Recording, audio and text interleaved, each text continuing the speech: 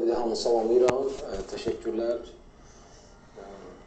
Yani istediğimiz, bugün demək olar ki, istediğimiz meydançada alınmadı.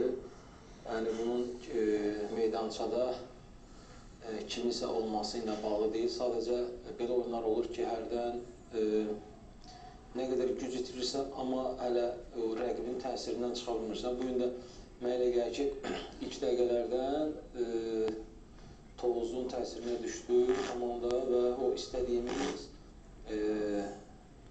bu 2-3 gün ərzində danışdığımız demək olar ki, məsələlər, meydançadakı gedişlər alınmadı, əfsuslar olsun.